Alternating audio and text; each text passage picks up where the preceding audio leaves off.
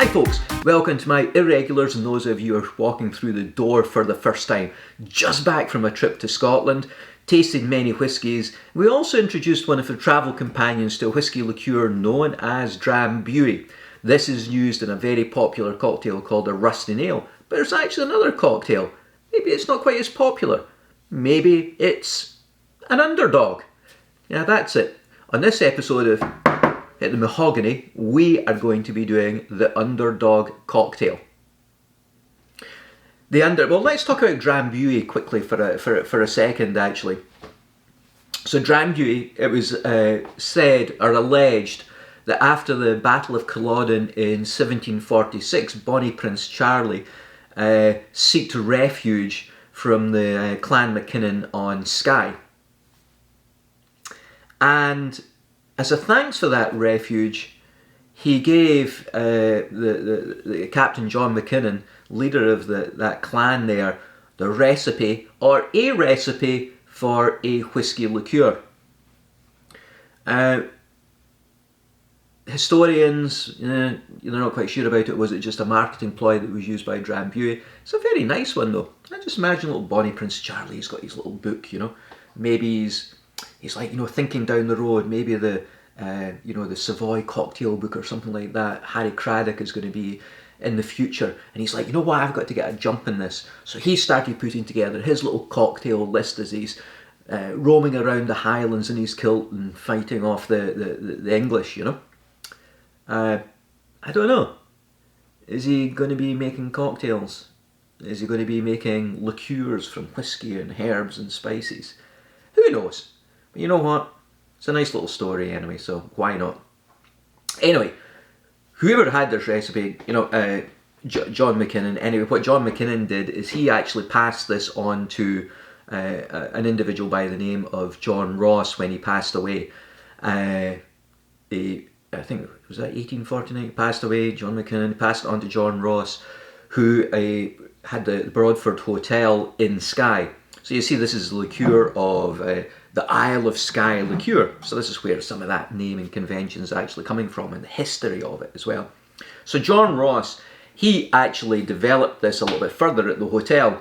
Apparently it used to be a brandy-based drink, and maybe who knows? There could be some truth then with Bonnie Prince Charlie, because there was the old allegiance between France and Scotland. Brandy, France. Who knows? Maybe it's actually French, and he got it from, maybe Bonnie Prince Charlie got it from France. Was it the basis of something that was like I wouldn't say a chartreuse or something like that, but maybe some other kind of liqueur. Interesting now that I think about it.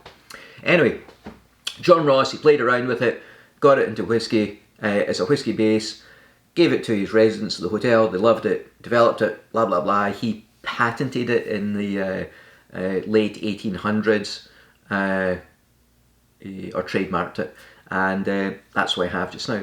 Anyway, John Ross passed away, and his wife actually sold it on to another MacKinnon family, just happened to be the same name but completely different from the original John MacKinnon and from the captain of the clan in the past. And it was that family that through the 20th century continued the development of that product, went through various iterations of where it was made, where it was bottled, all around the place, and then maybe quite a few years ago it was then sold off to Grant and Sons, William Grant and Sons. So they now own it. I remember actually there was a while they actually had their manufacturing plant in Kirkcliston, near where I used to live there, and I remember driving past it.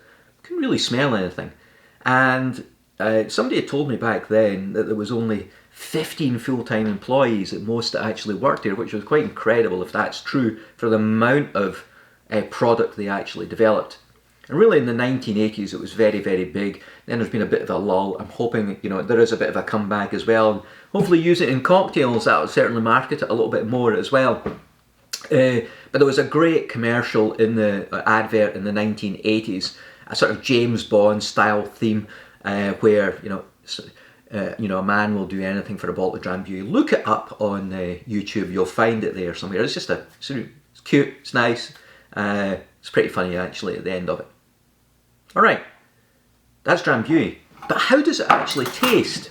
So, whiskey based, honey, and of course there's got to be additional sweetener, sugar in here as well, and herbs, and some various spices. People don't know what's in it. It's a bit of it's a secret recipe. Is there anise in it? Is there cinnamon in it? Is there cloves in it? Frangelica, saffron? What are all the different things? People have various suggestions about what's potentially in this. Golden in colour. Oh, and by the way, they've actually changed the branding. So as you see, it's not a drink that I get through quite a lot. I've had this one for a wee while. So this is the old label. They've got a new label which is linked D's that they actually have now. I don't know. I think it's interesting how brands go through that to try and modernise themselves, but it looks old. It looks nice. It looks traditional. But does the double D's look any better? I don't know. Be interesting to know from them whether, if that actually helped the marketing at all. Anyway, Drambuie, straight up. Usually you can drink this on over the rocks, our travelling companion that I mentioned earlier. That's what I gave her to taste it, and she likes sweet things, so she liked this. Sweet, whiskey, honey. There's definitely that anise, that kind of licorice flavour. It's just floating underneath. But I don't know why, I always think of heather as well. It's like flowery with a sourness, flowery but with a sourness, and then that sort of anise flavour underneath there. It's funny now as I actually think through this and taste about it, think about it that way. What else could be in there? There's certainly bittering agents in there, even although there's a lot of sugar. We've got the honey in there. There's certainly from some herbs there's bitter. Actually, it wouldn't surprise me. Nobody's mentioned this, but I wonder if there's any turmeric in this or something like that. Anyway, it's nice. It's good. If you want to, you can drink it. It's nice after a meal. Bit of a digestive, like many things like Amaros, Italian Amaros as well. Just help settle the tummy. Well, depending on how many you have, maybe settle the tummy and then put you to sleep as well. Let's get this one knocked up. I have no idea where the Underdog came from. Trying to look it up, couldn't find it. Recipe, various variations on it, but this is actually the one from Drambuie themselves. So we're going to use that one. Okay. Now I am going to be making two, as I usually do, but we'll go through. So making two. I'll probably have to drink both of them tonight. Nobody upstairs, so we'll make one, we'll taste that one, we'll photograph the other one, and I'll drink them both. Why not? I'll have a very restful night tonight. Alright, 3/4 of an ounce. It's actually on the website, it's like 20 millilitres and 15 millilitres. So of course if you're in Europe, decimalisation certainly helps in many areas, but for the drinks, what we're going to do is we're just going to adjust this to be, what do we do, 20 millilitres, 3/4 of an ounce, so I'm going to be 2, so that's going to be 1.5. That's our Drambuie. Now on their site they actually talk about building it in your tumbler and stirring it and chilling it in the ice. But I'm actually going to do it in the glass here. We're going to chill it in this, chill it down, and then we're going to pour it into glass with fresh King Cube so that we control that dilution. We get it chilled and then we don't allow it to dilute anymore. Okay, starting to counteract some of that sweetness. My lips are all sticky. We're going to use dry vermouth. So again, it's the same, 3/4 of an ounce of dry vermouth for each one. So that's 1.5. Use the dole in here. Amaro. You can use any Amaro that you want. This is Amaro Nonino. It's a freaking awesome one, it really is. There's plenty out there. Now, depending on the Amaro you use, that is going to vary this cocktail significantly. You know, your white vermouth, or your dry vermouth, depending on what you're using, there'll be a slight adjustment. Of course, the gin as well. The Amaro is probably going to have the biggest adjustment in there. Amaro, again, another digestive, herbs, spices, everything that's giving that sort of little Amaro bitterness, okay? Alright, so it's half an ounce of Amaro. So that's going to be half an ounce for each one, so that was 1 ounce in there. And then a dry gin of your choice. Happen to like gin. I didn't used to like gin. But after trying it, particularly, I think, you know, I almost thought it as being perfumey. But then after, maybe it was just crap gins that I got, you know, and it's just like, I'll just put a little bit of gin here. Smells nice. I've got that juniper smell now about me. But actually, good tonic, good gin, cannot beat it. Cannot beat it. Alright, again, half an ounce for each drink. So that's 1 ounce of gin going in there. Alright, that's it. No juices, nothing else beyond that. Oh my goodness, this lid. I think this is one of these pours, you know, it's meant to go on a, surprise me, it's meant to go on an optic there. Alright, gin. Let's get some ice in here.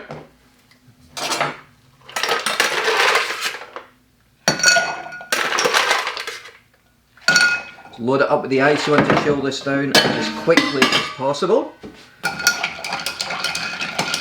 Just give me a minute. Actually, so again, stirring, chilling, doing it as quickly as possible. There's going to be some dilution as well. That's going to help cut through everything. Many cocktails, you do need that dilution to, so you're not going to blow your head off, you know. And it actually opens up a lot of the flavours as opposed to things being muddled by the alcohol content itself. You know, this is 40% alcohol. The sweetness kind of counteracts that a little bit, but you still need something to dilute everything together, okay? Dilute everything together? I don't know what the hell that means.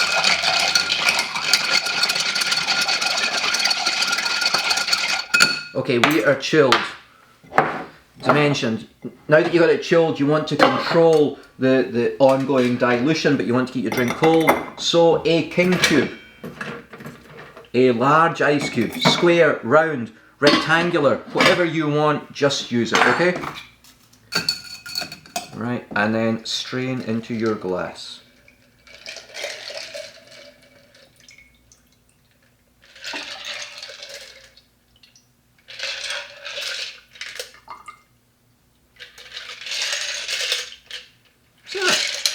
That looks awesome. What a great hue to it. What do we garnish? Lemon. Even although there's no fruits in it, you do want something to give it a little bit of that, you want to freshen it up a little bit. So you want a twist of lemon in here as well. Oh, I can smell it. You know, anytime I smell lemon like this, I always think of lemon meringue pie. Oh my goodness. Alright. Which one's which? Alright, I'm going to express the oils. Now that doesn't look as though it does much, but you can actually see the oils going into the glass. That was a small piece of lemon there. We'll do a bigger one for the photo shoot. Work. Work it, baby. Work it. Talk to the camera. Show me your eyes. Show me your citrus. There we go. Alright. There's one on the top there. Okay. I have not had an underdog before. So let's see if the underdog rises to the top, okay?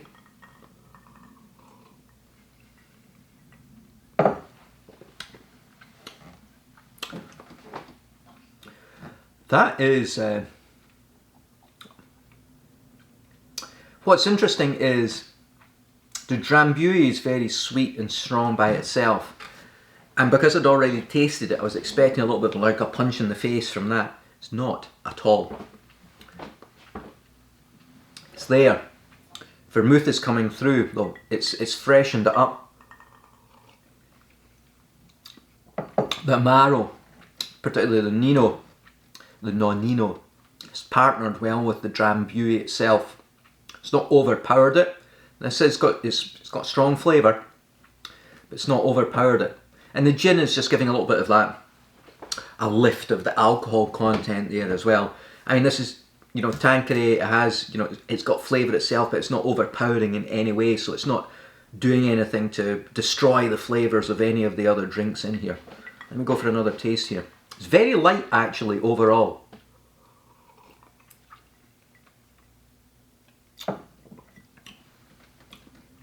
Good mouthfeel to it because you know there's a lot of sugar in there. That's actually pretty nice. It's clean. That's what these things have done. They've actually cleaned it up. So maybe if you've tried Drambuie itself and you're like, I don't like that, it's too sickly, I don't really like the flavours. If you're into bitters, this is easy. If you're not into bitters, this isn't bad actually. You could probably get, I think you could give it a good shot, definitely.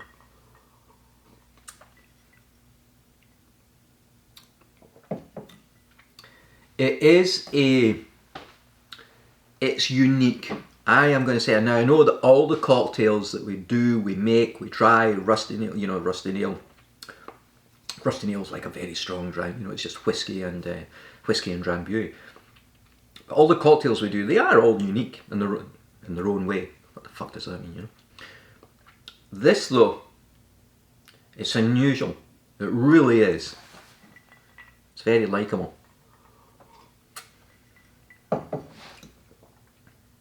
It's going to be dangerous as well though. Alright, that one, Underdog. Shall we give it a little medal now so it doesn't feel, we'll give it a little gold star so it doesn't feel so downtrodden. I think we can do that, definitely. Anyway, everybody, cheers and enjoy your Underdogs. It's good.